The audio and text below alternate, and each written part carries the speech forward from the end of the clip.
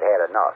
Well, you drove out there into the middle of nowhere and had some sort of loud verbal display challenging ET in general out in the middle of nowhere? That's what I was doing. I actually had a pistol in my hand at the time. I was really ticked off. When I was having this fit, I was waving the gun in the air, okay, and I had this fit.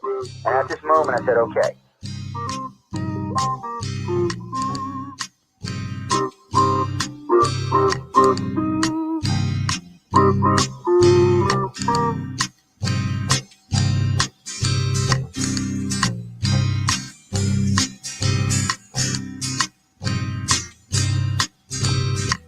He was a Louisiana man named Montaldo. Folks around called him Six Gun Joe. Works with ICAR, don't you know? Investigating UFOs. Out for a drive with a gal one night, they stopped to check out the reporting site. When an alien lit right there on the ground, he commenced to throwing his weight around. Now, old Six Gun didn't take too kindly to that kind of thing, especially without Vaseline or anything like that, Seriously. Well, Six Gun looked that critter right in the eye and said, "Any last wish before you die?" Yo, reached for his gun, quick as a twitch, and said, "Fill your claw, you son of a bitch." Now a legend spread across the land about this pistol-waving man. But if you're from space or from Earth below, you don't give no lip to Six Gun Joe.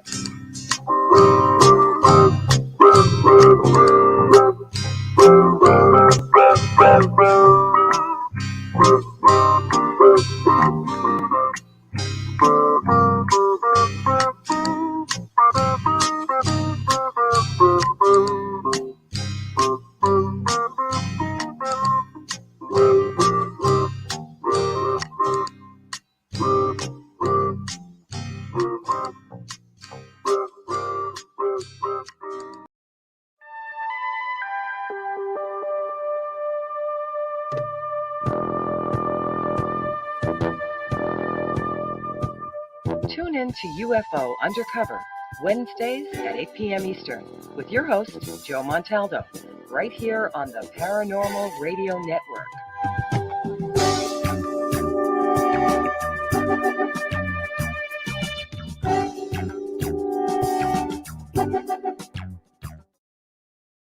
Welcome to UFO Undercover, with your host, Joe Montaldo. Well, welcome everyone. I hope everyone's having a great evening, great morning, great afternoon, wherever you are on our big, beautiful blue planet.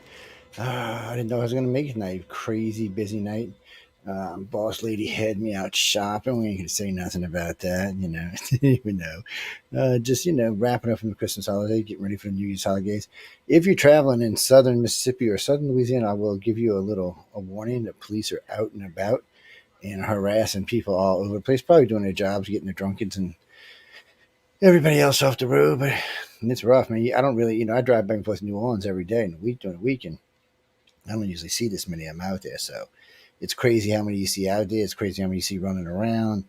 It's just crazy in general out there. So be safe. I mean, we're only 5 days to New Year's now, guys. It's close. Yeah, it's close. We're big 5 whopping days to New Year's, and it's coming up fast. Usually I do. Usually, to be honest with you, I invite Alfred Weber with me to come do an end of the year show. One of my other good friends, but usually Alfred. Tonight, though, it's I've been so busy. My schedule's been so weird. I don't want to commit to a guest because, frankly, I just didn't know if I was going to be here or not. But I am. So, one of the things I wanted to talk about tonight was UFOs and yaps. First off, the yap thing, I just can't get past the yap. UAP is just stupid. Oh no, no. It's yap. I don't care. You always know why, but it's still you. It's still yap. I don't really think. I just think it's a bad way of expressing it. That's all I can say. And yes, we will be giving away a couple of lightsabers tonight and some more books, and then the next show that's going to give anything away will be on Friday night, and that will be it for the year. Because Saturday and Sunday we will not be here. I'm hoping the Roku will be on sometime this week. we've got a lot of material loaded up. I just can't seem to find a channel, so I need to call the company and say what the hell is going on. I thought they provided a channel, so we'll see what's going on with all of this and all of that in the next couple of days. But anyway, it should be on. Probably it'll be on before the end of the year, and y'all will be able to enjoy all of us in Roku, both in well in archives like usual, and also in lifetime. So what's different, because on Roku you can just sit there with your remote control and your television. There's no, you don't have to get on your phone, you don't have to get on your computer, you don't have to get on YouTube. I mean, a lot of us have YouTube and Facebook on our computers anyway. I mean, on our phone, on our televisions anyway. But the color on YouTube, I got to say, the overall pictures on YouTube suck. I got a 65-inch television in my bedroom, 75 in the living room, and a 55. And when I'm watching something on YouTube, it sucks. It's not like watching something off of Netflix or Prime or something like that. Roku in general seems to have better. Well, we're on Roku now, and we also will be on Amazon later in the year, probably Apple and Samsung as well. So the Vizio thing, I'm still waiting to hear, but it's something they're looking into. So right now, what they're offering us is Roku, Amazon, Apple TV, Apple phone, Samsung TV, Samsung phone, and internet television. So anyway, you'll be able to find us on any of that stuff pretty soon, and you'll be able to watch us with your remote control, laying in bed or doing whatever weirdness you're going to do. I was telling the host the other day, I better get ready because they're going to be able to see everything. You know, the higher the definition, because we broadcast in 1080p anyway, so the higher the definition, the more stuff you can see. I mean, you'll be able to see all the stuff behind us, what people's faces look like. I got to say, 4K is great for some things, but for some things, it's not so much. Really, do I really want to see the ingrown hair on the person's head or neck? Not really, not really. So there is some advantages to digital.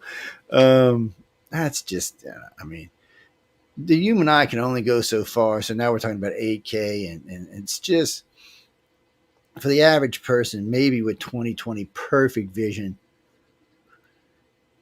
you might be able to enjoy it. But if you got funked up vision and funky, no, it's not helping you any. Yeah, it's a bigger picture, that's all it is, but you're not making out the rest of the definition. No, it's not the way it works. No, actually, we're going to talk about that just in a few minutes. We're going to talk about what does the government actually know about UFOs and UAPs, and what does it really matter, or does it really matter for that matter, that the government knows anything about it. So we're going to get that in a few minutes. I haven't asked the host if we were going to do a New Year's party this year. We usually do. A group of the hosts usually get together and get smacking ass drunk and host a music party all night. Well, they talk and they do music, and they talk and they do music. God knows what they're going to talk about. It's the only time they're allowed to drink on air on the network. That's it. So if you want to drink on this network, that's the only time you can do it, is on New Year's Eve. Well, we invite everybody. We invite past guests, anybody who wants to come by, anybody that's not out doing something. My year's been really busy this year. Like, I usually go, usually there's a lot of Christmas stuff I go do before the Christmas. Like, there's some neighborhoods I like to visit in New Orleans. They have the trees out in the front yard. They're really doing an elegant job of really putting it together. There's some places up here in Mississippi I like to visit. Then there's some Christmas decorations like lights in the oaks in the city park, and all them historic oaks and 400-year-old oaks are beautiful, lit up. I also like to see the displays up here. But Pensacola puts on a caroling. What they do is, so you can get on a little trolley bus thingy, and you can ride around downtown Pensacola. And I think there's 5.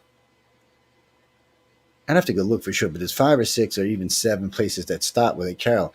And you get out and they have hot chocolate, and some of them have fake snow or actually real snow blowing. It's accumulated. It's just hilariously funny.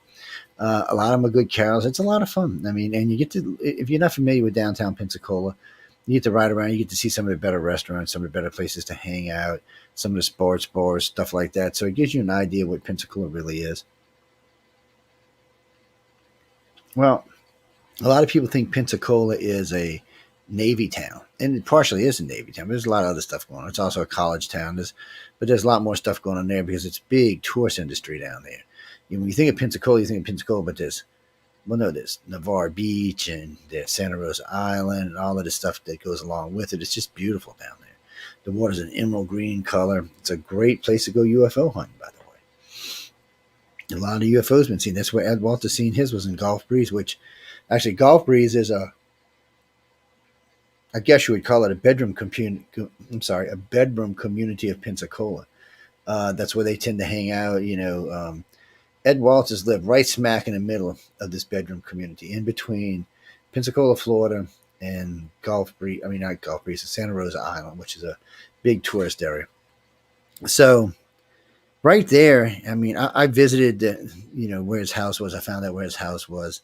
I found out what school they were talking about. So, when you're driving through Gulf Breeze, you can actually see the school. You drive right through the middle of the school, actually. And you can see the football field if you're going in off to the left, but if you're going out off to the right. But anyway, you can see it there. You can even see the spot. It's not, you can't tell it was there anymore, but you can even see the spot where it landed. According to the book, you can see exactly where it is. It's just interesting to go through. I've seen a lot of weird stuff down there. I've been with a lot of different people, seen a lot of weird stuff down there. I've been with groups, small groups, large groups. It's weird. We were on vacation, and one of the hotels we were staying at, Unsolved Mysteries, was there. Yeah, well, I was on vacation. I was not supposed to be doing the UFO stuff. I was on vacation. Unsolved Mysteries were there. We got to talk with them. We had a lot of time. Then they took us down to one of the fishing piers right there in Pensacola Bay, and there was about 400 people in the fishing pier. The mayor was there. The police chief was there. A lot of big wigs were down there. And when we seen an event down there, that Unsolved Mysteries filmed. I've never seen it anywhere, but I've heard them talk about it before, but I've never seen it on film anywhere. I couldn't tell you why, unless it just didn't come out on the film. I never could get back in touch with the two gentlemen. I spent 2 days talking with these guys, and we had a good conversation, but for some reason I could never get back in touch with them about what happened to the film. I was curious. Why aren't we seeing this? I mean, it was an excellent video. This is one of those videos that, you cry to see, and for some reason we didn't get to see it. It was quick description. We're standing on a fishing pier. You see a green light under the water off in the distance. I don't know, about a half a mile, maybe a mile. And it's coming out the back bay. And it's cruising. You can see it under the water, cruising pretty quick. It'd be like a jet ski on the water. It was just cruising along. And you see this thing, and everybody turns and looks. And we're watching, and it passes under the fishing pier. Then it passes under the two bridges, the Pensacola bridges going into Gulf Breeze. Then it passes on the railroad trestle. And then it stops. And then it just comes out of the water, hovers out. It's just hovering, just coming out of the water. And it almost looked like hunks of gold. It looked like molten gold is what it looked like, just rolling off of it in big glops coming down and hitting the water. But there was nothing left on the water, so I don't know what it was. I'm assuming it was some kind of just the water rolling off, but because of whatever drives this thing, it was making it clump up like that. Because when it hit the water, it disappeared. And it was, so it sat there. We watched this thing sit there, hovering over the water, and just sat there and kind of floated a little bit left and right and just stayed there. And they got, I don't know, 15, 20 minutes of video of this thing. And if it was gone, and it wasn't, it was gone like it streaked off. It was poof, like a door opened, and poof, like a door closed. It really was. It was just, it was there, then it was gone. And if I had $1 for every UFO description I've heard like that, I'd be a multi-millionaire. I mean, it was just crazy. When you were looking at it, and it was just, and it was gone. There wasn't even a flash of light. It was gone. It was like it just floated through whatever it went and just disappeared and closed up behind it. It was crazy looking. I'm sure they had excellent video of it, and I'm sure they were zooming in on. Now, a lot of people complain, and myself included. Usually, if you're within a mile of a UFO, you cannot get footage of it. It doesn't matter what camera you got. It could be digital, high def. None of it matters. Even analog doesn't matter. Something that gives off with it's a magnetic field or something disrupts the filming process. But it doesn't disrupt the audio process. You do hear stuff, which is weird. People, I said, we don't hear anything, but you hear stuff. Nothing you can really understand without actually seeing it. So maybe that's what happened. Because I would say we were within a quarter mile of this thing. Well, maybe they still got the green light, because it was about a mile out when they seen the green light. And then it just came on through. And when it came up, I know, and this is a weird thing when events like this happen. People forget to take pictures. Now remember, there was 400 people in this thing. You would have thought you were seeing, but you weren't.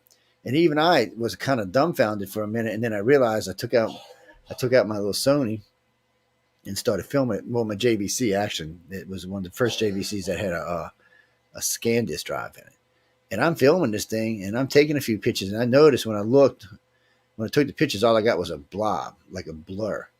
I zoomed in, zoomed out, checked it in the camera lens. It was perfect.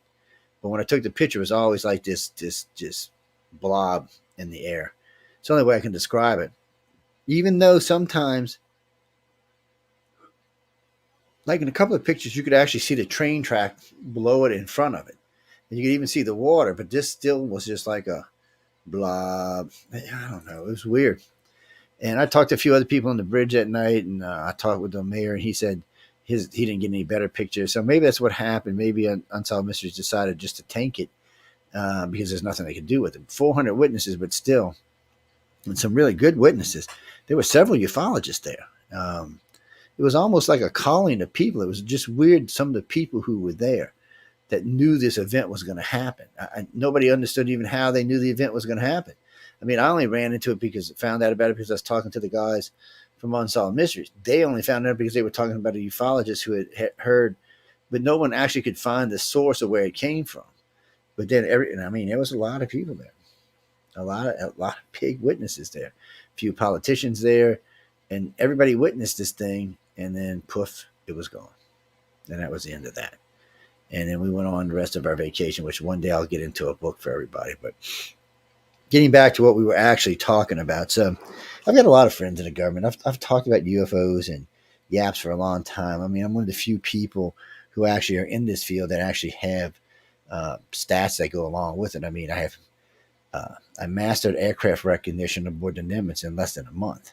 I could tell you any plane flying anywhere. And what was great about this at night, most people don't notice, but the way the lights are set on different planes and the type of flash, or when the flash back and forth, can give you an idea of the type of plane it is, which is crazy to even know that. But anything close within a couple hundred yards, or even at some distance, you could tell quite a few of them what they were, what type of planes they were. Things like that. Sorry, guys, I'm resetting one of our servers while I'm talking to y'all. Somebody told me one of the radio servers wasn't working correctly, so there it goes. It's reset now. I can see my big ugly head on it. So all of this stuff, comes into play. So most people know I have degrees in advanced avionics and advanced aircraft recognition and advanced electronics. That's what I got while I was in the Navy. Okay. I worked on jets. That's what I did. I worked on jets. I worked on the Continental. I even got to work on Old Salty, which is the nuclear reactor. The thing about it is, with advanced degrees in electronics, I was all over the carrier. And I really knew a lot about how things worked, how things flew. I had to know advanced avionics to work on different planes. Not just on the planes. I had to know for the catapult systems. Just a lot of stuff I had to know, which really gives me a step up on most ufologists. Most ufologists don't have that. They don't even have aircraft recognition. And you can get basic aircraft recognition. There's courses you can take, but it's not like the ones you're going to get on board the Nimitz, and mine are kept up to date. So, I mean, we've even recently taken courses on drones. So we can actually tell what's flying around. And then there's other things you can do. There's stuff called airport monitor. So airport monitor monitors all flights in the United States at all times. So you can watch in real time. You can watch flights in real time. Military, it doesn't matter what they are. If they're classified, it won't give you anything but the flight number. It might not give you a destination, but it will give you where it took off from. Some will still give you destinations. All of commercial flights and private flights give you both where they took off from and where they land. It's required by the FCC. So all of that stuff is available. So what I use this for is if I see something flying, let's say like a couple of sightings I gave to Sci-Fi for one of the shows they were doing. So here's one out. And I'll give you the definition. It was right around 5,000 feet, and it was about 8 miles out. And the reason we knew this is one, we had the horizon in, so we know where the horizon bends on the Earth. We also knew what the cloud deck that day was. The cloud deck was about 5,400 feet. This thing was below the cloud deck and not far below it. So we knew it was around 5,000 feet. We also knew it was sitting stable because there was actually stuff moving around out there. There were ships moving around, other things moving around, planes moving around. But this thing was sitting stable. So it wasn't a pull. It was way out there and it was way up. It was big, whatever it was. It was fairly big. At least a 747 or a bigger size. It was big. So we had that. And then we also have J-Track, which tracks the satellites. There's a couple of different ones that do it now, but J-Track was the one we use. It's actually a different version we use now, but still, it tracks all satellite movement at all times. So if you think you got something, you can rule out airplanes and you can rule out satellites right off the bat. And if you just keep a regular weather program with you, you can rule out inclement weather and things like that. So, bam, you have ruled away the major things that any UFO could be. Weather, whoops, you ruled that out. Easily did that. Airplanes, whoops, you ruled that out. Ooh, easily did that. Satellite, whoops, you even ruled that out. Now, drones are a little different today because drones are flying around. If drones are below, I think it's 500 feet, they do not have to report. So you have to be able to tell what a drone is and what a drone isn't. Mainly, you can tell by movement and the way they move, but a good pair of binoculars never hurts to have. So usually you can catch them. Usually, if you can see them by the eye, you can see them pretty good with a binocular to let you know they were a drone or not. So you can rule them out that way. So all this stuff can be ruled out. Once you rule out all this stuff, you have what we would call a real UFO, a real unidentified flying object. Okay, you've ruled out all the possibilities that it could be. Natural phenomena, weather, being location can rule out natural phenomena most of the time. Weather can be ruled out. Flight can be ruled out. Drones can be ruled out. And satellite can be ruled out. So what the hell is it? At least you got something. Now when you go to talk to somebody, you say, well, we've figured out, we've done all this work to rule all these out. And now this is what we have. This is good. This is real research. It's not bullshit research. Somebody sitting on the back of their trunk with a camera going, oh, that was a UFO. Bullshit. You don't know if that was a UFO. You're saying it's unidentified flying object because it's a red light streaking across the sky. It could be any damn thing. It's not alien. And that's another thing. I hate when people instantly elaborate into UFO as an alien craft. Most UFOs are not going to be alien crafts. They're going to be either Oz or some stupid shit or something else. And drones today, a lot of people report drones as UFOs today. Have y'all watched the drone Christmas displays with 1,000 drones and what they can do? Look, these things can make you think anything. You really have to have a trained eye. You really have to be paying attention. This is not, it's great that people go sky watching because I think it's a great thing to do. But don't think you're a UFO expert just because you go sit on the back of your car, you go riding with your friends at night. That does not make an expert. An expert is somebody who's actually trained in the field. And personally, I'm not a big thing on experts. I really, when it comes to UFO hunting, I really don't think there is an expert. I know people, like myself, I've been in it 40 years. And I know people have been in it at least as long as I have. And we're not experts. We're very trained observers, very well-trained observers. We've really taken the time to educate ourselves so we can rule out a lot of stuff right off the bat. Same thing with yaps. Anything. Well, TikToks are great, except TikToks don't tell you shit. No, they don't tell you anything. All they tell you is there's an object in front of you, and lots of things can give it that. Yeah. There's a couple of shows y'all can go watch about this. There's several different things that can give a TikTok that shape of a UFO on the screen and not be a UFO. Or it not be an alien craft is what I should say. If you just heard what the United States government said the other day about UAPs, there was no evidence to suggest that any of them were alien aircraft. Okay, but yet they want to have a reporting system where it reports directly to the government and Congress now so they can track these things. But yet they're not supposed to be alien, okay? Now, all you have to do is bring up the Foo Fighters to prove that they're wrong. The only thing today, this is 80, 90 years later, 60, 80, almost 85 years later. The only thing that even comes close to the Foo Fighters are drones. And drones can't move at the speeds Foo Fighters did, and they weren't those sizes of the Foo Fighters. But they could do stuff like ring themselves around a plane in flight. There's lots of stuff that drones could do that could resemble the activity of a Foo Fighter back in the day. Well, against a type of plane like that. But an F-22 flying at Mach 3, the drone really isn't going to be able to keep up. or Mach 1. The drone's not really going to be able to keep them, not a small one anyway. Even though they could probably ring around it if they could catch up to it to do it, they really can't catch up to do it. But drones are the closest thing we have that can resemble the movement of the Foo Fighters, the way they moved around, ducked in and out, rolled around, interacted with each other, crisscrossed each other. Drones can do all that. We have very advanced software for that. But they can't move at those kind of speeds, and especially when, and they can't really interact like that when they're the size of the things that they reported. These, they said they were the size of fighters or larger. So it's not that we don't have drones that big, we do, but interacting them with the smaller ones is not quite the same thing. And again, they just cannot move. Hey, Jim, they just cannot move at the speeds the Foo Fighters did. So anytime someone tells you there's not evidence for extraterrestrials, that's bullshit. Well, then you ask them, well, do the Russians have the Foo Fighters? Oh, wait, that's right. They said they weren't there. So, oh, no, we said they weren't ours.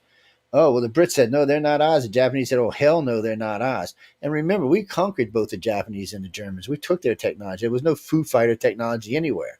And we still don't have it today. I mean, we got drones, but we don't have Foo Fighter technology. So right there proves that there was something flying in our skies, something very advanced flying in our skies that we still to this day have no idea or cannot even replicate 85 years later. So that's a hard one for Congress to write away. And there's other sightings that are hard.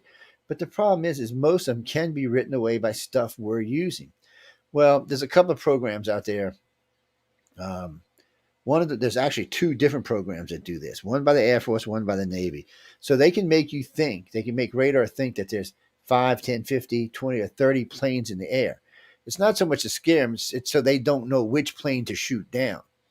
Yes, we've been doing this now for about a decade and a half. And like I said, there's two different programs that do this. You know what?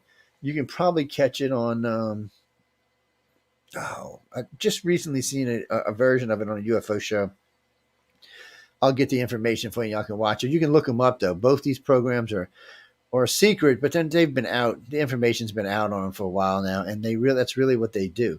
So I mean, you could program them to look like other things. They don't necessarily. Hi, Teresa. They don't necessarily have to look like a plane or this or that, but they can make them so they can make them look like saucers. Yeah, as long as you got something out in the air that can project it or the radar can bounce off of, because a lot of times what they're doing is the radar is bouncing off of the plane we have in an area and going out into the area around it. So it's not hard to put a UFO out there in front of them, make it look like a flying saucer. We do have that technology today. That's not something that we don't have, and it's not overly classified that you can't get information. It is out there, and there is information available on it. But that's today. But that's why one of my favorite things is let's talk about UFOs in the past, because it's a lot easier to hoax UFOs today. Look, I can go right now. This is really easy. I can take my Apple 14 or Apple 13, whichever branch, Apple 13. I can take it. I can go out of my yard, take a picture of my bayou. Come inside, upload that picture to my bayou, slide a UFO in there. I can even make the wake water underneath it like it's moving. I can make it shine like it's shining off the bridge. And then I can reload it back into my phone and say, look what I just took a picture of. And you can't prove it's a fake. Not when you do it that way. There's no way to prove it's a fake, because it all just melds together and goes into your phone. And if you do it twice, if you get it loaded and then load it back to your computer, load it back, it's impossible to even it's just a waste of your time to even try to prove it's a fake. Everybody's going to say, oh, it's CGI, it's this, that, and the other thing. And they would be right, but they couldn't prove it was. And that's the point, isn't it? So it's a lot easier to fake stuff today, but it's not that easy when you get back in the 40s and 50s and 60s or even the 20s. Most people don't realize this, but there were two UFOs that followed the Enola Gay when they went to go drop the bomb on Hiroshima. And it's talked about very rarely, and every once in a while you hear someone talk about it. But there was two UFOs that actually skirted along with this thing to watch them drop this bomb. I don't know if the aliens were thinking, oh my God, they invented the bomb, or oh my God, they're going to kill their own people. I'm not sure what the hell they were thinking here, but they wanted to watch us. We were thinking both. I really don't know. Would we watch another alien race? If we were advanced, would we watch an alien race light a nuke off on somebody? We probably would, just to see how it happened. So we'd have more insight into ourselves. People ask me all the time, why won't the aliens come forward? Would you come here? Look, there's 200 different countries. 200. Each one's liable to treat you different. At least 150 of them are going to want to kill you and dissect you and steal your technology. So do you want to come here? Do you want to get caught here? Even the United States, advanced as we're supposed to be, we'd strip down a UFO in a heartbeat if we could. The only one we ever got our hands on, though, we couldn't get it apart because they're I don't know how to explain it, but where we use ribbons and stuff to put it together, they're like one piece. That's why when a UFO crashes, it's not going to break up. It's like molded into one piece. Um, well, if you're going to travel through space, deep space, at speeds faster than light, you need something that can absorb micrometeorites. So a micrometeorite, even at its own speed, could rip through the space station like it's nothing. That's why we have those inflatable things. So on the outside of the space station, we have these things going all the way around that if something penetrates it, it inflates it to slow down the penetration so it doesn't insert into this inside. Yeah, it's cool stuff, actually. It's not the only place we've done that. We've got a version of that on the Avery tanks. Now it's electronic. In the old days, it was bolted explosions. But, we're thinking in the right ways. But that still isn't alien technology. That's just our technology. So let's get back to the government. What do they know? And does it really matter that they know anything? So, I always say, let's talk. That was funny. Well, it doesn't really matter that they know that if aliens are here, because the aliens aren't telling them squat. Why do you think there's military abductions? Or why do you think they want to abduct?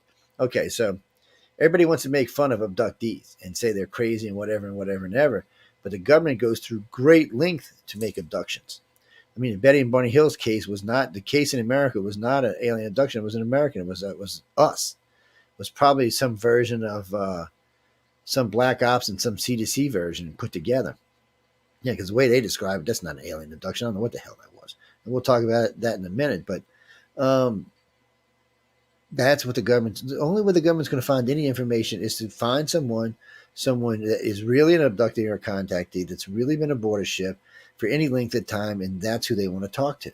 Because from there, there's a lot of ways they can, by taking certain types of samples, they can kind of get an idea what the atmosphere was, different things, maybe, something you may have ingested or some type of food you may have eaten or something.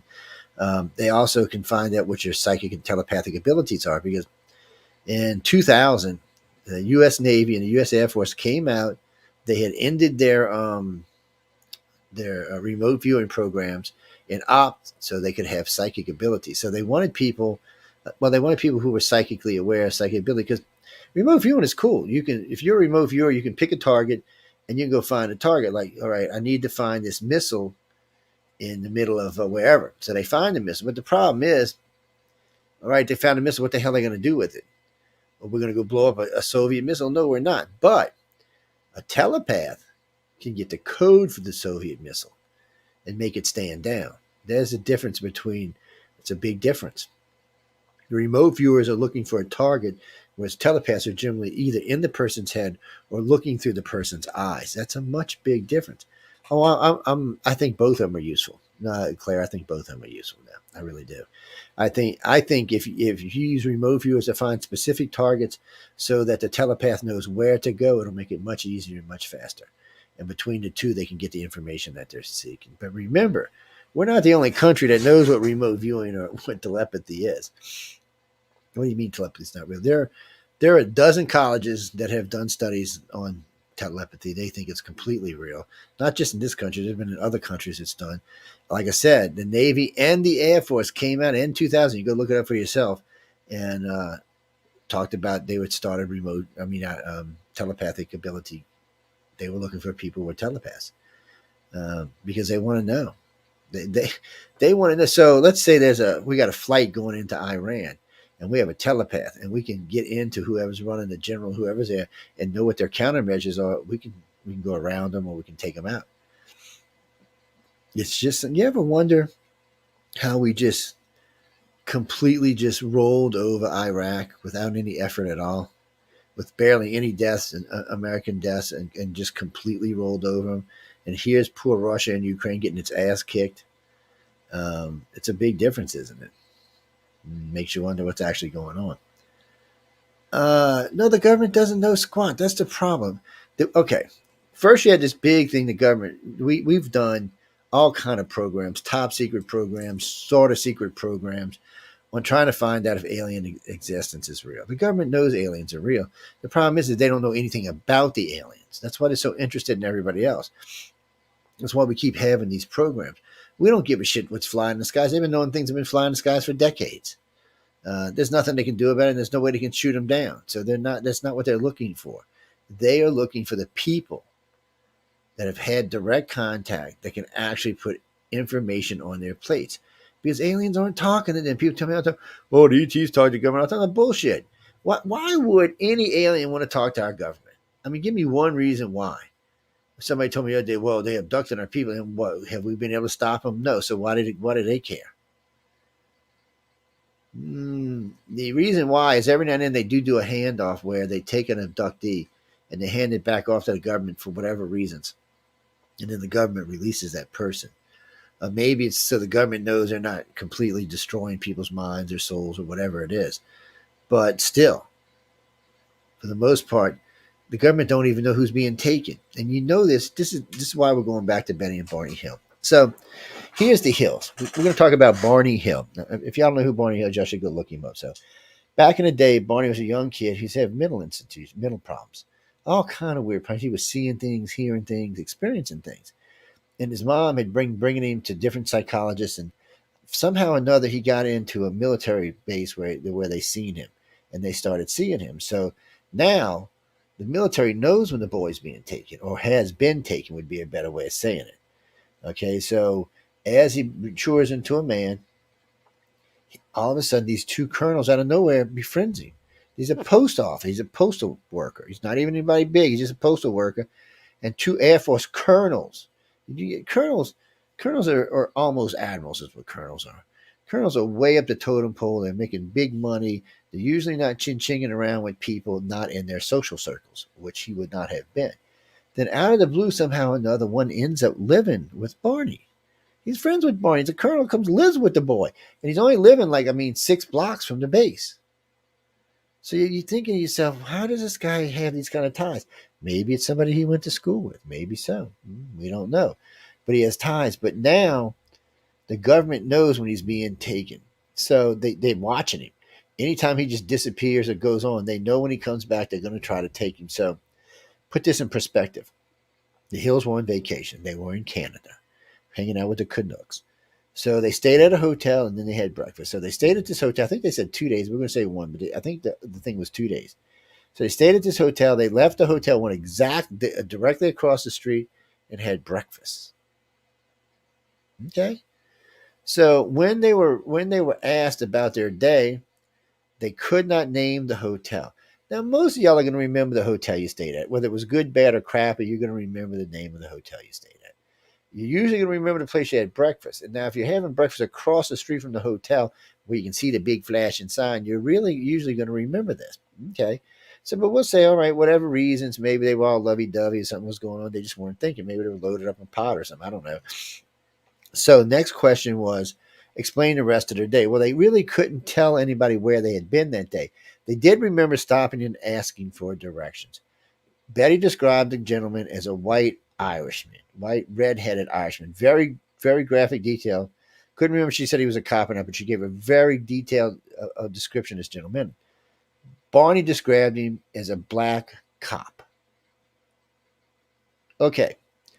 Lily white Irish guy, really white skin, red hair, and then the other guy is a black cop in a blue uniform. I mean, you can't get much more contrast than this. This is the same person, mind you. This is the same person they said they both spoke to. This is classic alien abduction 101. So all of this happens. They lost a bunch of time. So they're going back to the United States. They get back in the United States. I think they were in Connecticut, if I remember right. And they saw this ship in the air. It came by, and something came out of it and touched the car, and the car quit running. Sounds like they had some type of, I wouldn't call it EMP, something probably electrical, because they said there was 3 marks on the back of the car, like a magnetic marks. So they probably rolled something down, and this thing was probably a dirigible anyway, and they rolled something down out of it, shocked the car, and stopped it. Their words was, 4 men, black shoes, black pants, black shirts, and black duckbill caps came down the stairs of the ship, walked across the highway, took them out of the car, looped their arms under them, walked them back across the highway, and walked them up the stairs and back into the ship.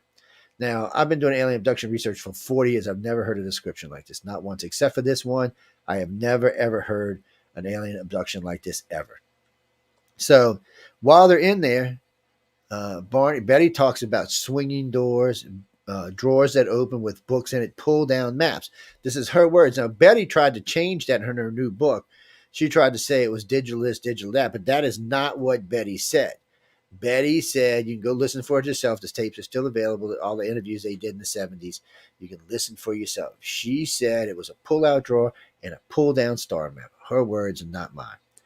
So I'm thinking this does not sound like an alien ship. It sounds more like something our government had. So then they go in, they do hair, nail, and skin samples. So they take a razor blade, and scrape skin samples. They use needles to take blood samples, and they take urine samples. And I'm thinking this sounds classic CDC contamination to me. Classic. This does not sound alien abduction. So I did a rewrite on the case and said that the abduction happened in Canada, and they were probably the first known military abduction happened in the United States. Oh my God, you thought I would have fucking shot somebody. Man, half the community came down on my ass like a ton of bricks. Stanton Friedman was cussing me. Kathleen Maldron was cussing me. So I did a debate with him. I said, I will debate anybody on this. I'm right and y'all are wrong. There's no doubt about this. And when you listen to the different tapes, there's several sets of hypnosis tapes you can still get your hands on. And there are lots and lots of interviews that they did. If you go listen to all of this information, you will know what I'm saying is the truth. Because matter of fact, Barney, because there was a couple of sets of memories involved here in the hypnosis. So Barney actually remembers this. He said that these were military people. He never said they were aliens, ever. He did say he had been taken by aliens, and he gave a description of alien, but he did not say that was going on in this particular event. Betty's the one that said it was an alien. She described him as some short guy that looked like, what was the big guy with the big long nose? I can't think of his name right now. He was a comedian. From way back in the 20s and 30s or something. But she said he looked like him. Barney never gave that description. He always said they were military, and he just thought they were military. And that's what the military had taken them, and that's what was going on. Betty's the one that made it into an alien abduction, because they were abducted probably earlier that day or the night before they had been taken. But Barney was the abductee. I never think Betty was the abductee, by the way. I think Barney was. It's possible they both were. It doesn't. But I just, the feeling I get really suggests that it was Barney. And main reason why is as Betty aged and started talking with other researchers, her stories changed, and then other abductions were happening, other newer things and better things. And we know to start. There's just a lot of I need to stay in the press stuff went on. That's all I can call it. But I would have been glad to put any of them on their polygraphs. Not just Betty. I mean, Barney died fairly young, and Betty, nobody was going to let you voice stress or a polygraph. I knew several people who knew, and it was just not going to happen. But if you go back and actually pay attention to what everybody's saying, Barney is the contactee. He's the one with those memories, and when he has these memories, there's one tape you listen to. Simons is doing. He's screaming. Betty's never screaming at any of these. He's screaming his ass off. He's in fear. He knows this is an alien. He's talking about the person, the being he's seeing. He is not telling you it's a cop or anything like that. He really thought the guys with the, I forgot what agency he said he thought they were from, but he thought they were from a government agency that were checking them out for whatever reason. And then somebody brought it out because they were black and white. This happened to them. I don't think it had anything to do with they were black and white. I just think that's who the aliens, that's who he married, and he drug her into his alien abductions. And that's what went on. But a lot of people get mad because we redid the account of Betty and Barney Hill, but it's the truth. It's more coherent. It's much better than the original argument for the case. And I guarantee you, if the hypnosis was alive today, he would say it was a much better argument too. The hypnotherapist, I should say. Because when you listen to him, they're given, when you bring them back, the regression that brought them back to the hotel, there definitely were aliens involved. And then when they come forward and they talk about the other one in the United States, he's talking about people in black shoes, black shirts, black duckbill hats. They don't have alien faces. They have human faces. He's talking about humans. So this was the first time the government itself had probably ever had the advantage of having someone they knew had been on board a ship and had gone through procedures. That's why they took him. They wanted all of these samples that they get, and they wanted to get in his head and see what it was about. And that's why they were always around him his entire life. And it may be why he checked out early, or someone checked him out early. It may have been why. But it's the cases themselves, shed light on military abductions. And I know Carla Turner had done a lot of work on military abduction, and then she all of a sudden out of nowhere ended up with stage 4 cancer, killed her too quickly. And she was the one who broke military abduction research. She was the first one to break it. She had a lot of good cases, and her research had turned me on to some Air Force, some women who were in the Air Force who had been having similar experiences. And that led me to an interview with someone else I had heard, which led me to an interview with Melinda Leslie, Melinda Leslie and I got together and started talking about military abduction. We even did a special on Coast to Coast about it. And it was something we worked on for quite some time, and they happen. But they only happen. This is why I tell abductees, it's not always best for you to go forward or go public. Because if you go public, if you go public and say this, that, or happened to you, it's nothing important, they're not going to bother with you. But if you go pull forward and you say you've seen operations of the ships, or you've been around certain parts of the ship, or you've been able to help, maybe they let you do a little navigation or something, they want you. They want to know what the hell you know. Now, from what I've heard from abductees, the Greys, reptilians in them are not always happy when they take one of their abductees. Sometimes they'll go retrieve them, especially if it's somebody who knows something they don't want the government to know. So that tells you right there that the aliens are willing to go remove someone that they've taken from someone in the government that's taken them because they don't want the government to know this. The government has no idea what they're here for, not a clue. I got a lot of friends at different levels in the government, and they all told me the same thing. They know different stories and different things, but none of them know why they're actually here, why they take our citizens, why they're doing what they're doing, because there's been no real modification to our citizens. Other than O-negative blood being entered in our society some 45,000 years ago, 35,000 years ago, there's been no real otherness in our things. People tell me all the time, it's because of telepaths, and the government knows that there's latent telepaths, and no, it's not true, because only abductees are telepaths anyway. Not the majority of the population does not have the telepathy gene. They just don't have it. And you don't have to believe me on this. This is an easy test. I mean, ICAR has been giving this test now for 25 years. It's an easy test. You can go to any mall and tell the mall people what you're going to do. They'll let you do it. Set up a little sign. We'd like to check your telepathy and see if you have telepathy or not. Get a deck of cards. Get some big cards with some big numbers and some big colors on it. Put the cards in front of you. Okay. Red and green, blue and yellow, whatever. Do some Ukrainian colors, blue and yellow. And then ask the person to tell you what color's on what side. Or just to pick a color in general. Or to pick a number in general. You will find out that even when it's only 50-50, because you can tell them what the two numbers are. We usually don't. We usually give them 1 to 10 range. But even if you tell them, most of the time they won't get it right. Even if it's 50-50, a lot of times they'll get it wrong 60% of the time. Same thing with flipping a coin, by the way. Do it yourself. Just flip a coin and see how many times you're right versus how many times you're wrong. If you're not a telepath, it won't even matter if you're a telepath there. That's seeing the future, but that's telekinesis. You're not going to get it right most of the time. Unless you can see into the future, you're just not going to get it right most of the time. You're going to get it wrong. So for us, we've learned a valuable lesson that nobody who's not telepathic or empathic is an abductee. That's a prerequisite.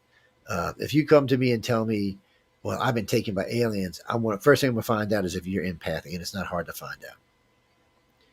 And then I'm going to see if you're a telepath, what level telepath you are. But still, because I don't know, when they started, way back when they started taking the family lines, how many ever tens of thousands of years ago it was, or how many ever thousands of years ago it was, maybe they knew these family lines were going to produce this. And remember, this was a long time ago. So in today's world population, that's a big group of people. 1.5 billion is what Alfred Weber told me one time, live on the air, and I'm still getting phone calls about it. I mean, the Australian science community wrote 3 different articles on me. Thank you very much. So when I send them blood types study, they were like, "Oh shit." I don't mind arguing with anybody. When I know the data is real and the research is strong, I'll argue with anybody. It doesn't matter what kind of degrees I got. I have a bachelor's in science. So I'm not scared to argue about it. It's one of the things you have to do in the field, and you can have all kind of degrees. I mean, who is it in the field that he's an English professor? He's an English teacher, and he's a ufologist that knows more about everybody else in the field. I don't know what to say about that. I just don't. Yes, Marty, I know you wrote me that, but I have no idea what the hell that means. If you do your homework and your research, but reading past works is not going to help you.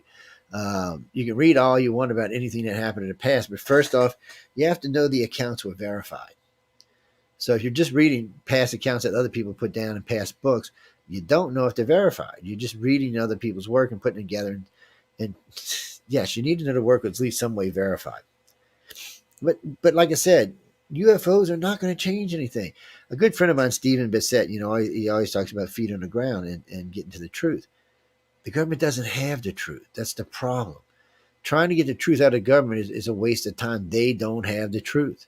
The aliens have the truth because there's already been disclosure on this planet. And what I mean by that is if you're an abductee, you've been disclosed to.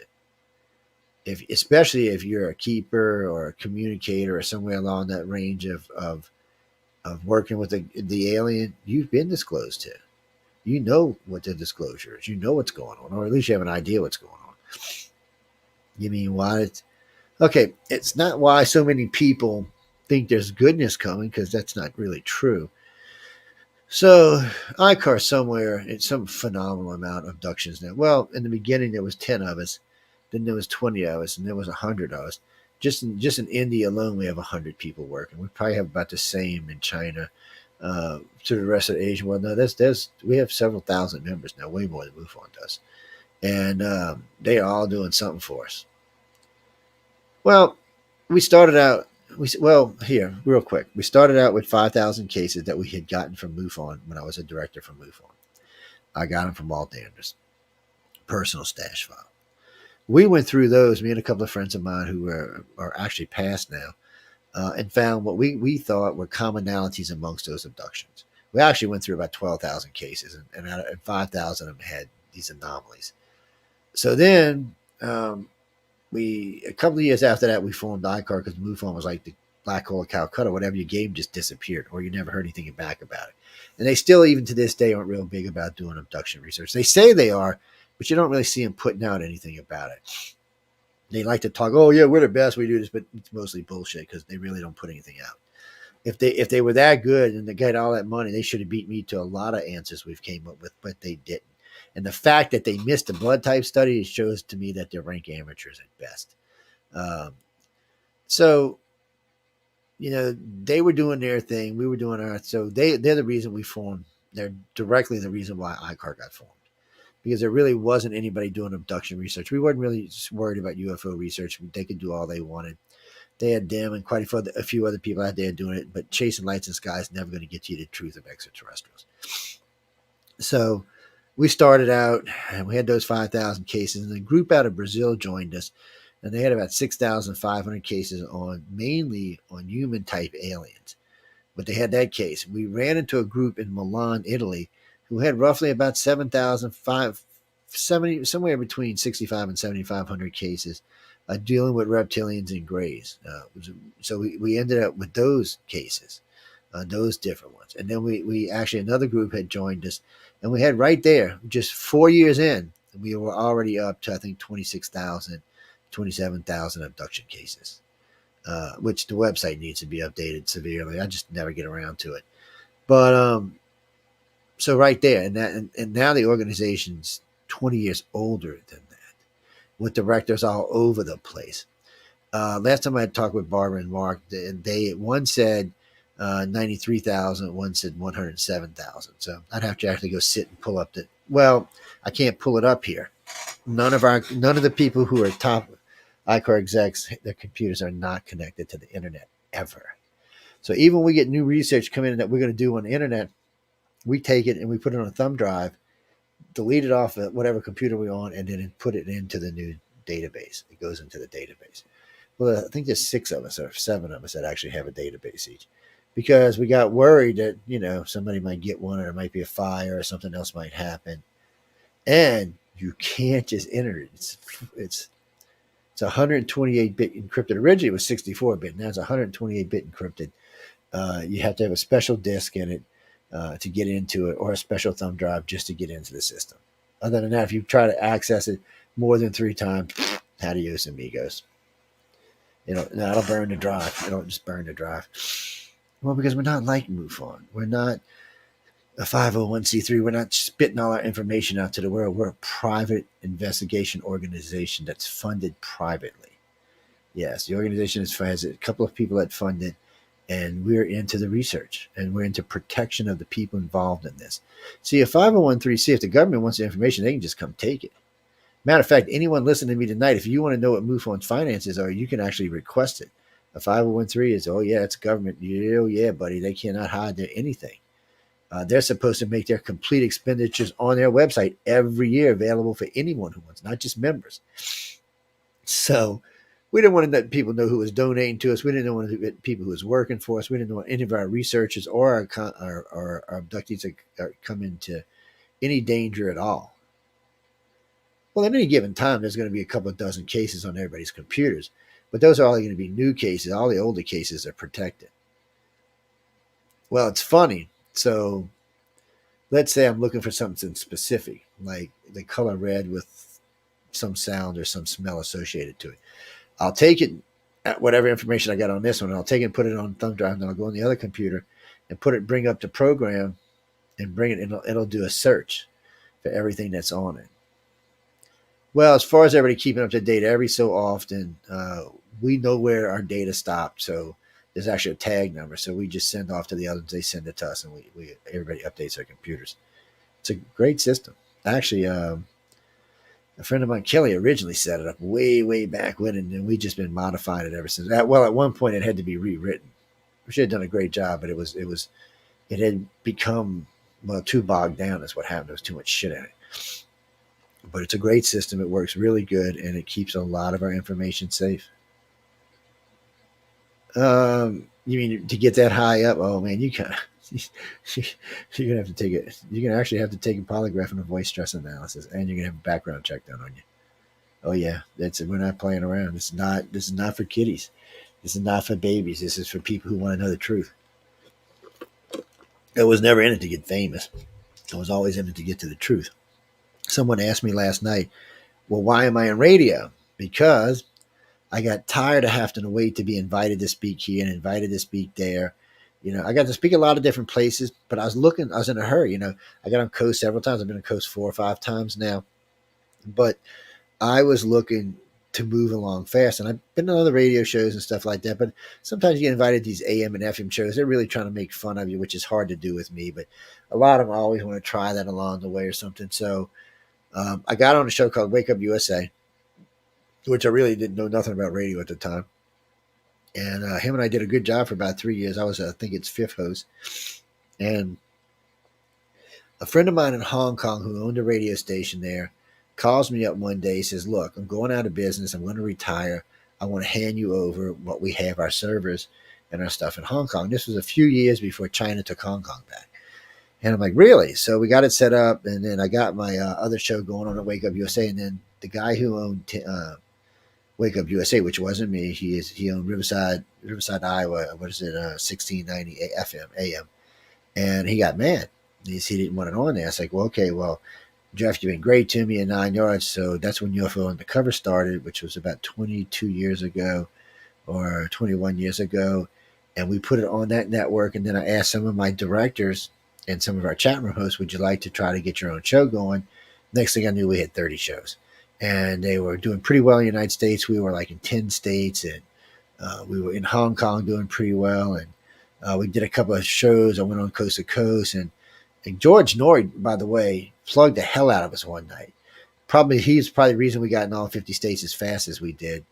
Now, currently, over 400 American cities, every country we're including places like North Korea, even Venezuela, even Cuba. We're all over Russia and China.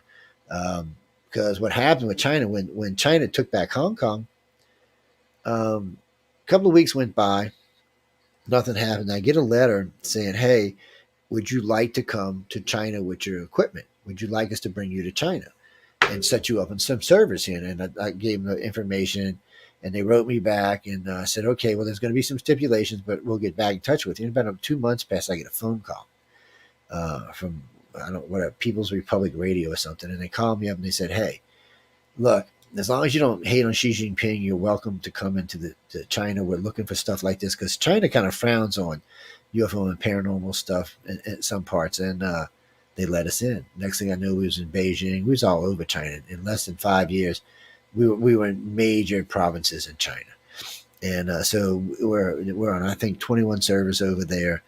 They take good care of us. They like us. We have a good audience over there, anywhere from 200,000 to 2 million, and that's how we got there. And that was our thing.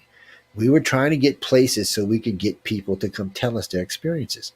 This show goes out to every country on the planet, and it's going to go in archive. It's going to do 2 or 3 million tonight. It's going to go in archive. It's going to do 500,000 to 1 million, and it helps us to get people who have had experiences. And since people know we're very serious about it, it cuts out a lot of the bullshit for us. And when we send them to the website to fill out, yeah, I know, Gloria, I know you filled it out. The form. The form's very detailed. It's very long. It's very detailed. And it takes several hours to get through it. Most people will. It was designed like that intentionally. November Hanson, who's a good friend of mine who helped me design all of this, who's retired now. God bless her, tree fell in her house. November, I hope it's taken care of for you. We got all this set up, and she asked me why are we doing it like this. I said, because I said, people who this has really happened to, they will make it through this because they want us to know. I said, people are bullshitting this will never get through this. They'll just go on their way. And they're very advanced, a lot of fun to take. We have several different surveys running at all times. We usually keep more than 9 to 10 surveys running at all times. And some of these surveys now are running, let's see, the blood type study is 12 years old, 2010, I believe, either 12 or 13 years old. And the human gray and reptilian studies are about 15 years old each, 16 years old each. So they've been around for a while, and they're continuously running nonstop, 24 hours a day, 7 days a week. We are the only organization that does it. We're the only organization.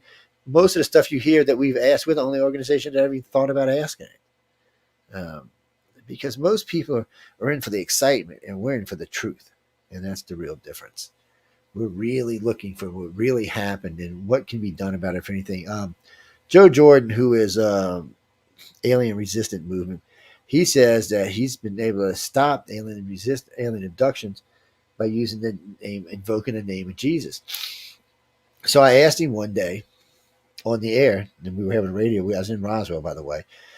Guy Malone's a friend of mine. He's a friend of his. And I asked him, I said, well, if that's true, do you mind if I regress a couple of them, hypnotize them, and find out if that's what's really going on? When they invoked the name of Christ, did it stop? I'm curious because if it worked, because remember, we're like everybody else. If we can stop them, we want to stop them because, not all abductions are fun and friendly. Usually, the children don't have it too bad. People in puberty from 12 to 30, it's horrible. And then after that, it changes a lot. But yeah, we were ones that figured that out. But anyway, so I asked him. So Tree Sheridan came to me. I haven't talked to her in a long time. She got mad at me over a friend of ours who's passed away. We used to be a manager of a radio network. And turns out she was still having alien abductions. So I talked to a few others, and I did about 10 people that had said that they were still having alien abductions. I ended up going through about 40 or 45 people out of his group that said that they had invoked the name of Christ and it had stopped, and come to find out they were still having alien abductions. Now, I kind of felt guilty about that because I got a rule about whatever makes you feel as snug as a bug in a rug is what you should believe. So I broke my rule there because I needed to know the truth. It was a little bit greedy on my side, and it was a little bit on their side because, they really thought that's what happened. But under hypnosis, they realized that the aliens just let them believe that. They said, yeah, that's fine. If that's what you want to believe, we don't need any cover memories. We can just use that. So they did. And then we found out that it wasn't true. So it's not that. I mean, it's not whether you believe in Christ or not. It's whether is Christ going to get involved in every alien abduction on the planet. Remember, if aliens do exist, the creator created them. So why would he interfere with his father's work? Yes, you see, it becomes a sticky wicky then, does it? Or even his own work. Why would he? Because we don't know. He may know what's going on with aliens. He might know what their reason is for being here, and he may not want to interfere with it. So, when they started saying like that, Joe started saying they took a big leap of faith here that there were no aliens, or if they were, they weren't created by God, our God.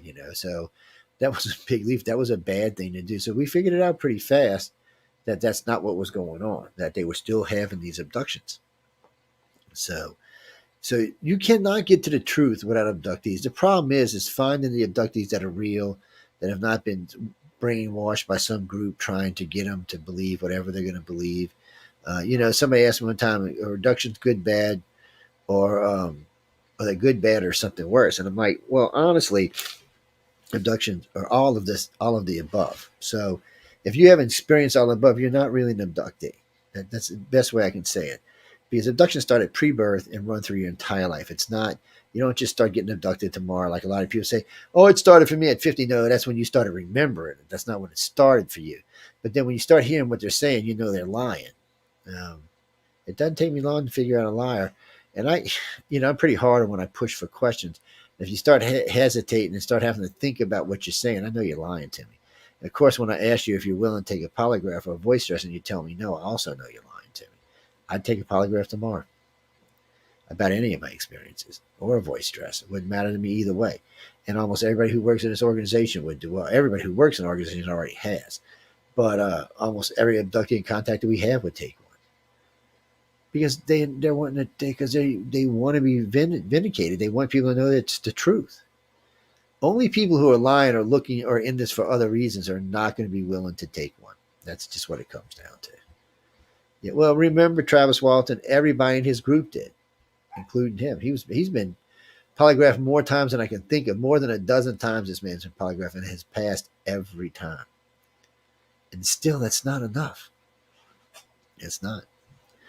I like Travis. I've talked to Travis many times over the years. I haven't talked to him in the last 5 or 6, but I've talked to him many times over the years. He's been on this network many times. I think he's a good guy, and I think he's a lifetime abductee and just doesn't realize it. Even though when we talked last time, I kind of freaked him out a little bit. But still, what does the government know? Nothing. And let's say the government knew about UFOs and UAPs. What does that mean? Nothing. Knowing about a spacecraft is not the same as knowing about the extraterrestrial inside the spacecraft. That's what it comes down to. They can tell you, oh, well, that might be an alien spacecraft. Okay. What does that mean for me? What does that mean for you? What does that mean for everybody on planet Earth? Well, the government don't know because they can't tell you. And how is the aliens going to pick a government? Are they going to pick the Russians? Are they going to pick the Chinese? Are they going to pick the Americans? Are they going to pick the Brits, the French? Everybody wants the French, even though they keep getting their city blown up. Paris keeps getting blown up all the time, but everybody loves the French. Come on. But that's the point. How can you give one power on this planet that kind of power and not think it's going to corrupt them? Absolutely, because absolute power corrupts absolutely. And we're just not ready for it yet. We're just bad babies in the woods. I mean, we're bare ass babies in the woods is what I should have said. It's one of them things. And let me ask y'all this, to the Americans listening to me tonight, do you want Joe Biden having the power of an extraterrestrial? Would you? I sure the hell wouldn't.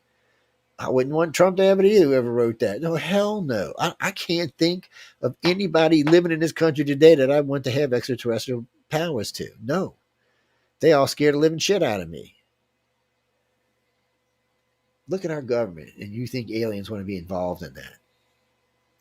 That's really the biggest kicker. When you look at our world and our politics, do you really think aliens want to be involved in our politics?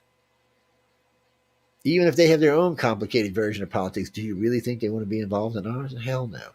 And most of these races are quite a bit older than we are. It's not that there's... So if you look at the reptilians, the humans, and the greys, they're way older than we are. Anywhere from 500 million years to 1.5 billion years older than we are. But like the tall whites Charles Hall talked about, they seem to only be a few hundred to a few thousand years ahead of us. Just like the black-eyed people, they're probably around the same technological level as we are. Oh, I'm not talking to ones people think are paranormal or demons or whatever. There are some black-eyed people that other contactees have seen in their homes and on board the ships. They're keepers, just like human keepers. They're just keepers. They're doing the same thing. They're out communicating, keeping. They're out trying to get this into their communities and stuff. Sometimes they're brought with the aliens to help us because they're really like us in a lot of ways. And with the exception of those cold black eyes they got, they really are just humans in the sense of whatever human is. So it's strange. And on board the big ships, they're a lot. They interact with regular humans all the time, and it's not a hostile interaction. It's like, oh, guess what? The same shit's happening to us. It's more like that. There seems to be other races there too that are having this done to them. So it's not even like we're alone anymore in the fact that we're not the only ones being probed like this. What's that, Carol Sue? I love that name, Carol Sue. Yes, I do. Carol Sue. Yes, I do. What you got for me? Okay, it's a lot to read, so I'm going to kind of just squinch it down. So, for most people, regardless what age you are, from young person to puberty to 30s, 50s, 80s, 70s, it really doesn't matter. Most of the time, this is going to manifest in your dreams. It'll start to manifest in your dreams. You'll even start to have daydreams about it as it starts to manifest more and more in your dreams. There's also triggers, things like the sighting, UFOs, certain smells will trigger. Ozone tends to trigger it a lot. There's other smells besides that will trigger a lot. Also, ultra clean has a big trigger effect. And what I mean is, I don't know how to explain it. So when people talk about being on board the big ships, there's no smell at all. So you're breathing this fresh air. The air feels fresh and gives you a sense of fresh air. But here when we smell fresh air, it's usually got a piney smell or this smell or whatever smell to it. That's not how it works there. And since there's quite a few aliens living in the same complex, breathing the same air, it seems to suggest that there are quite a few oxygen-breathing species in this galaxy. Unless each one of them has their own little device and it's all geared to humans, and I don't believe that even one bit. Well, we may be different, to answer Johnny's question. We may be different in the fact that the human race came here a couple of million years ago. They just showed up. They found this planet with human-like things running around. Not monkeys, but human-like things running around.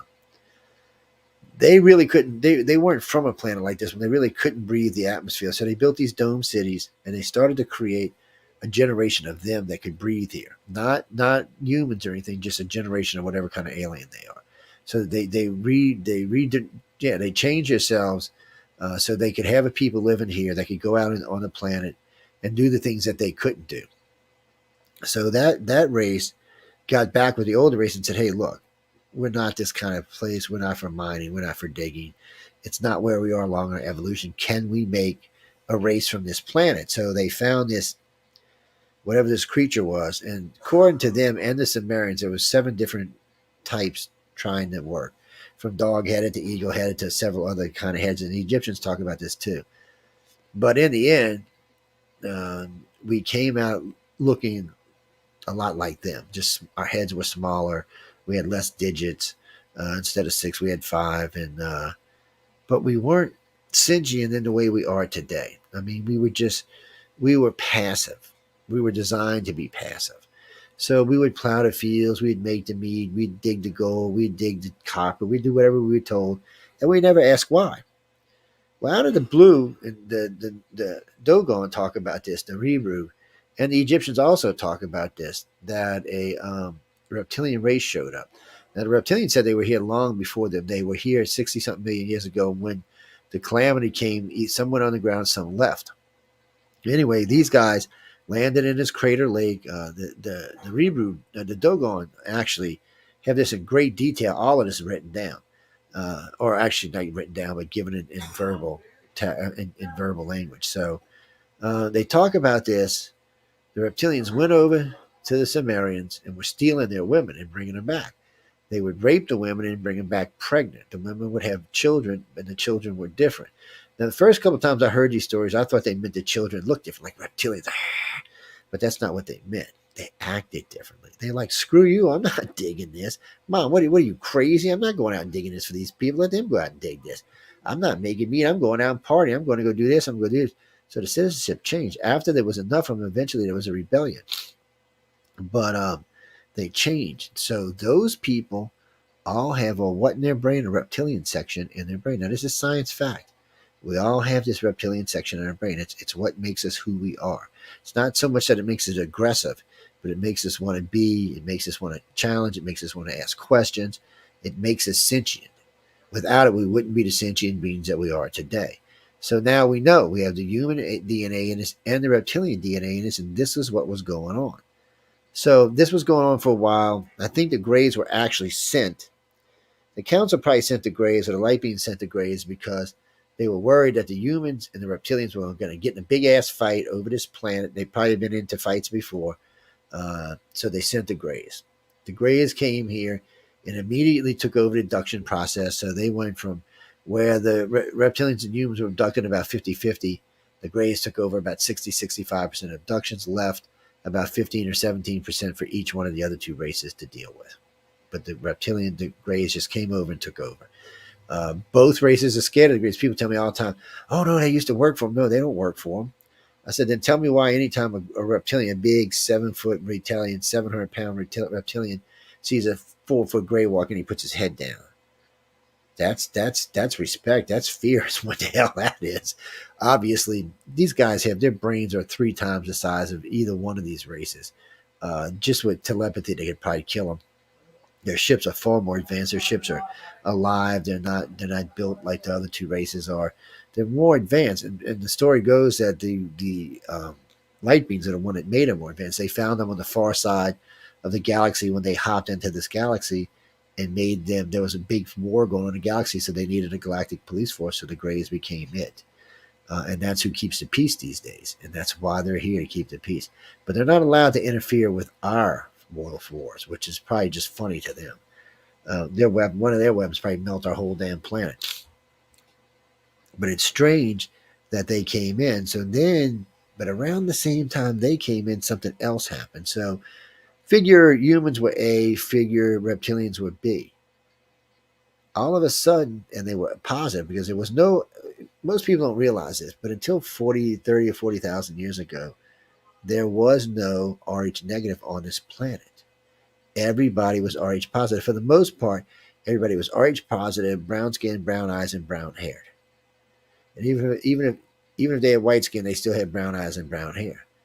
Yeah, the mutations didn't come till later. So for some reason, and it's around the time that the Greys started dealing with our population, O negative popped, or Rh negative popped up.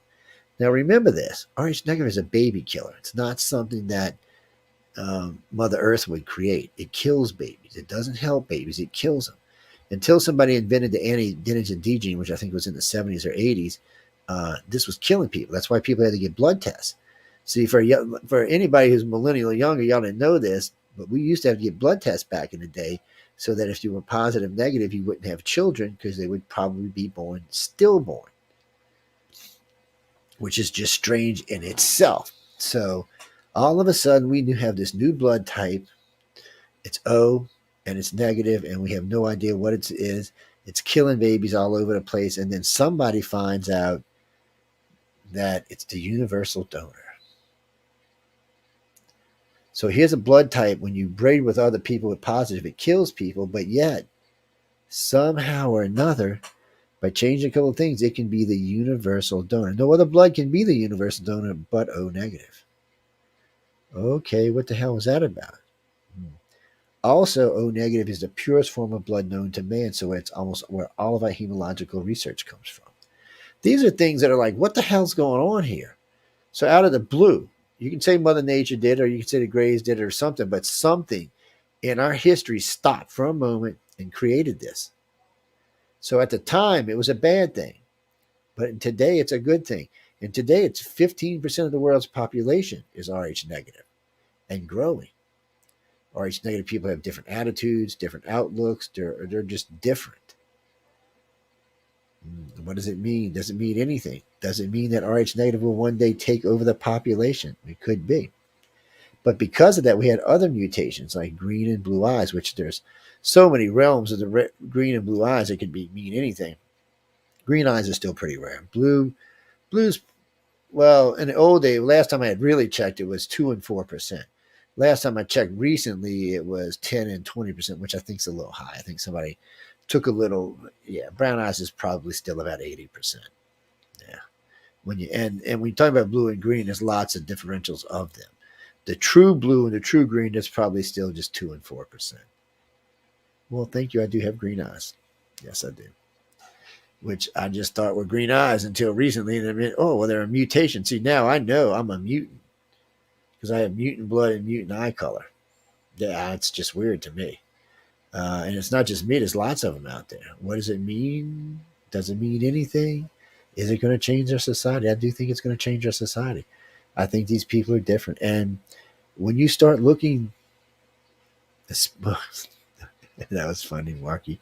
Okay, a couple of things. If you ever pay attention to politicians, movie stars, and musicians, you will notice the overwhelming number of them with colored eyes. You'd be surprised. More than 50% have colored eyes. But remember, colored eyes at best only make up 20%.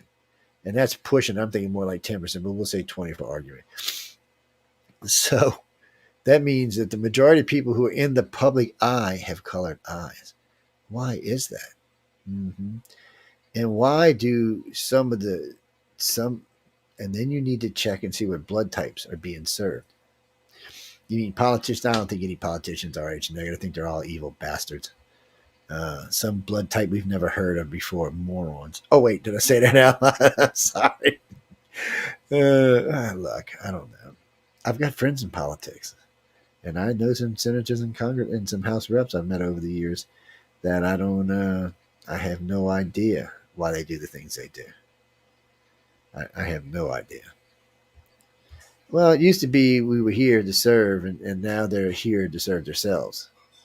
And they don't give a shit about us. Come on, man. You know that when you see both sides just polarize and only vote their side. If they cared about us, at least half the people on each side would be voting, even if the other party didn't want to vote. They would say, oh, no, this is a good bill. Yeah, so we don't see that, do we?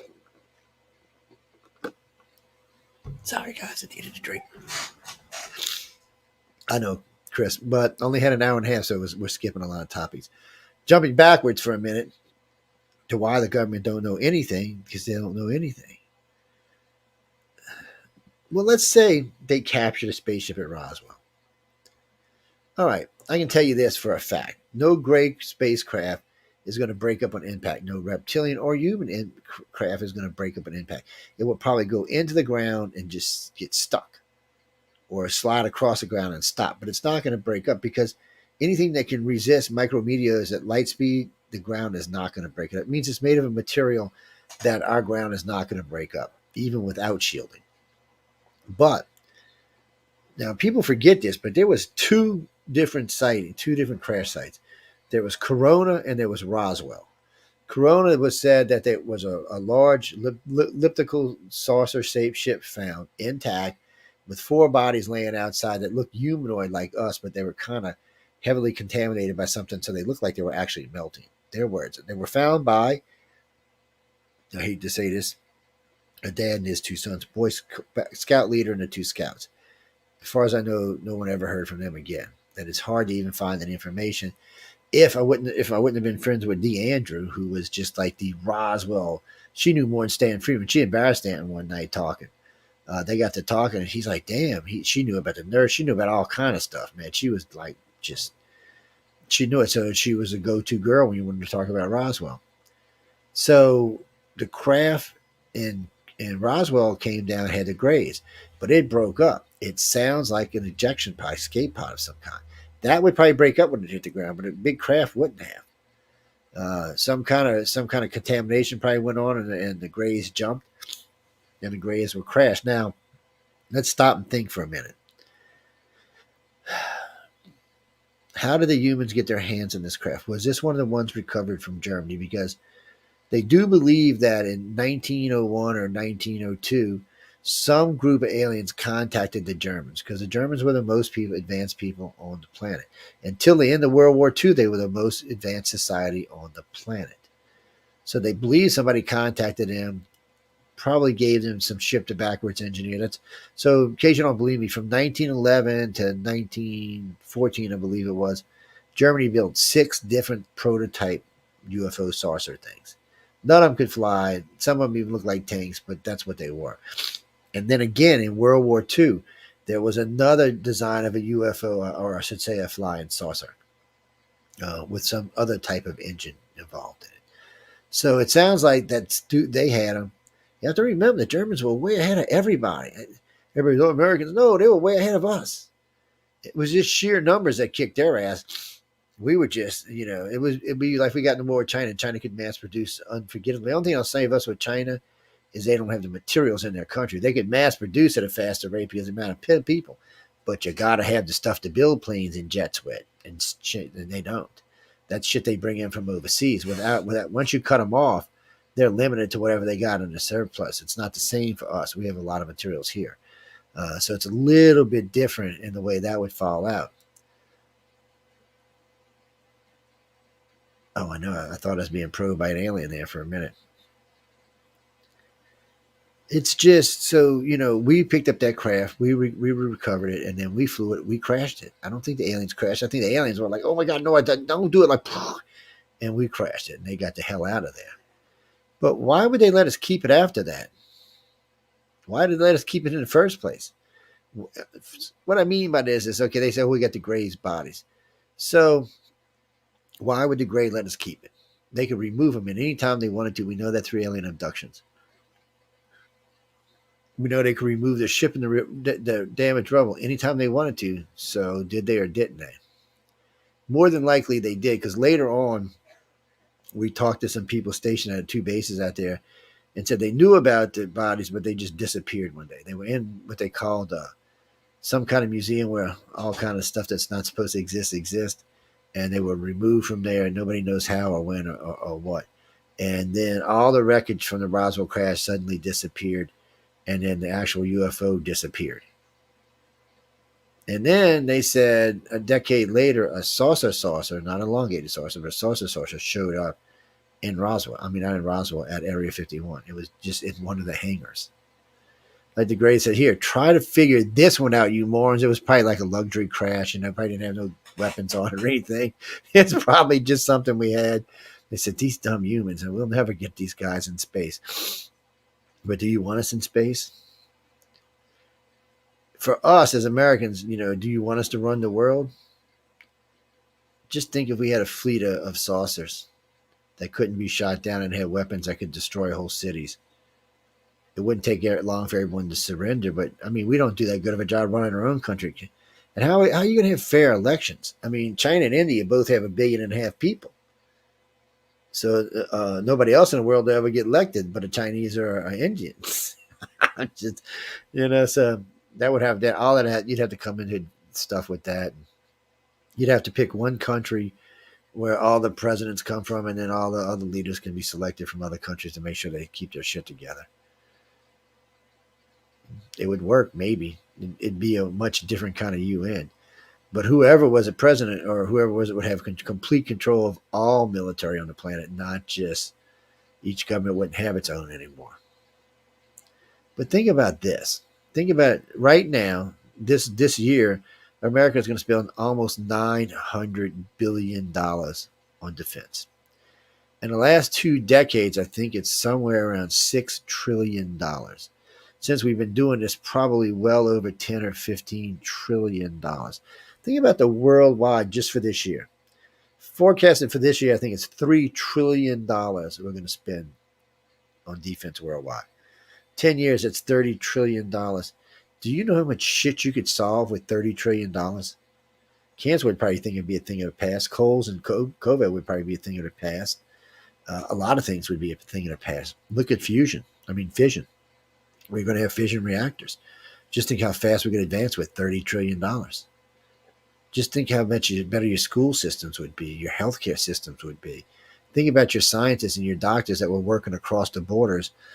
So when you're working on a problem like cancer or COVID, you wouldn't have your science spread all over the world. You'd have one place for them. They'd all be there from different places, and they'd all be working together. The shit would get done way faster. Look, and to help y'all with this, look at the space programs of the United States, Russia, Japan, United States, Russia, and China, and then look at Elon Musk. Elon Musk has put everybody to shame. He launched, last year the United States was number one in launches, except for Elon Musk. So whereas we will launch, I think, 10 or 12 more than anybody else, he launched like 50 more than we did. This year, he's going to launch well over 100 more launches than all the governments combined. That's how much more advanced he is than we are. He's now got a Telstar satellite system with over 10,000 satellites ringing the world. And he told Putin, yeah, go ahead and try to launch a mission. I'll just run one of my satellites in it. And he said, I guarantee you I can build satellites faster than you can build missiles. And he's right. So here's a guy, he's the richest he's the richest African American in the world, and he's willing to stand up for us and care about us. Oh, I don't, Twitter, he bought Twitter to prove a point that the liberals were lying and that they were definitely picking on conservatives and kicking them off, and he proved that. He proved that the FBI put their foot down in two different elections, the 2016 election and the 2020 election. He proved that there's all kind of interference was going on. He proved that the FBI was messing around with Twitter and Zuckerberg and others. He proved that the media was working with the Democrats. I mean, there was a lot came out of this.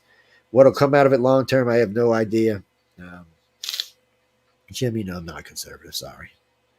No, I'm a centrist or a centralist. Yes, I'm in the middle. Yes, because when you look at the liberals in the GOP, when you look at the extreme parts of the party, which is about a third of each party, they're nuts, and they're the ones in control for some reason, and they're nuts.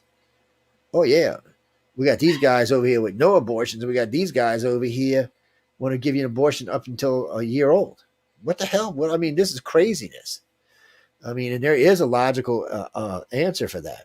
There is a way to do that and not let it, kill 54 million babies. I mean, if you're an alien race coming to this planet and they just looked down and said, this one country, we're not talking about worldwide, this one country killed 54 million of its own babies, they're going to look at us a little funny. I bet you're not killing off any of their babies. Yeah, that's what I'm saying. In the year 2022, this shouldn't be a thing. We should be more advanced in this.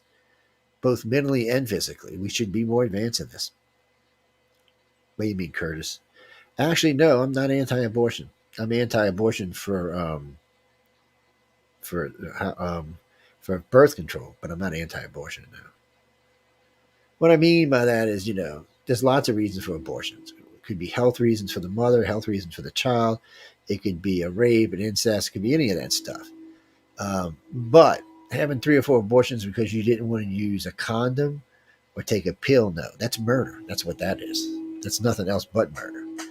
There's not an excuse for that. There's just no excuse for that. None whatsoever. So it's a hard thing. It's a hard thing, and it's a hard stick to walk. And one of these days we'll figure it out. I'm not completely against, okay, everybody's entitled to one mistake, but come on, 3, 4, 5, 6, come on. There's no excuse for that. First time you've done it, you should know better the second time, third time, fourth time, fifth time. In most states, this is what I kind of funny. We just did a big show on this a while back. I find this funny. Most states have a 3 abortion law. But what they didn't tell you is you could drive to the next state over and get 3 more, and then drive to the next state over and get 3 more. Oh, yeah. We did this show. We had brought on some women that had 9 and 10. Yeah, and you think that's okay. Liberals do. They think it's fine. Conservatives freak out about it. People in the middle are like, what? So, yeah, no. And some things I think that that's the right to choose is where it belongs. I'm not the Supreme Court. And I know why the Supreme Court did what they did, but I'm not the Supreme Court. No, they're right. The states need to figure it out. But the Fed needs to step in if the states get too stupid, which some of them are actually doing. It's a tough one. I just look at it. A lot of times when I look at us from a different point of view. I look at us from an advanced alien race looking down at Earth. what do they think about us when we do certain things? And I'm not talking about abortion. I'm talking about all sorts of things. What do they do? I mean, shooting of children, wars all over the place, a need for guns for any reason. No, I'm not anti-gun either. Who just wrote that? No, I actually own. Well, you can't see it's not anything, but Martha's around the house somewhere. No, I'm not anti-guns, but I'm not. I mean, we're too advanced for this. These are things, in a couple hundred years, this isn't going to matter. A lot of things we complain about today will be bred out of your children. They can do it now, but we don't really want to. No, we think it's messing with our children because the rich people will be able to design their babies to have a much bigger advantage over the poor people. So right now they're not wanting to, but I've heard governments on this planet talk about certain things that you're maybe prone to do that would be considered criminal or otherwise, that may be bred out. And if parents want it, like, children that might have a predisposition to be gay, the parent will be able to choose if they want that child to have to experience that or not. Yeah, because I would imagine on a real alien race, there probably isn't any gay people. It's probably bred out from the get go. It probably just is. It would just be a distraction from whatever they're doing, so it's probably bred out from the get go. Well, no, it's not about freedom of choice because it is freedom of choice. The parent gets to choose. The parent's the one who has to deal with this child all his life, and they know what a child's going to go through in this thing, so that's probably bred out. It's not just that; a lot of things are probably bred out. Bad hair, baldness like this up here. That's probably going to be bred out. There's a lot of things that are bred out. I mean, a lot of things will be able to be bred out. The argument's going to be what really the argument's going to be is what should be left alone and what shouldn't be. And that's where the fight's going to come in. And there should be a fight there because it needs to be fair and balanced for everybody involved. I don't know. I'm not an alien. I wish I was because I'd help everybody out on this planet. I really love Earth. I think Earth is beautiful. I think we've done great things. I think we can do even greater things. I just think we need to get a grip on our asses while we're doing these great things. We need to pay attention to the people and things that are being left behind. I mean, homeless in 2022 in America. Do you know how many homes? There is 2 homes. I'm talking about homes for every person on this planet. If you start getting into apartments and hotel rooms, there are more than 15 for every person in this country. And yet we have massive homeless problems. I don't know. We got a lot to work on as a country. I hate to say we really do. I love all of y'all. Y'all are great people to sit here and listen to my rant and raving tonight. At least we got through most of the UFOs before we got on this little pitiful rant at the end. Any moans, groans, and bitches about what I just said, please write to Michelle DeRoche over at the Outer Realm. She loves to hear from y'all. On that note, I got to get out of here, guys. Again, I want to thank everyone for tuning in. I hope everyone has a blessed holiday. Be safe this New Year, but have a lot of fun for our friends overseas. Getting into other holidays, enjoy your holidays as well. I want everybody to have a good time. Chinese New Year. The only ones we really got to watch is them Canadians. They're I don't know what to think about them, but everybody else, y'all have a good time, and I will see y'all next Wednesday. Good night, everybody.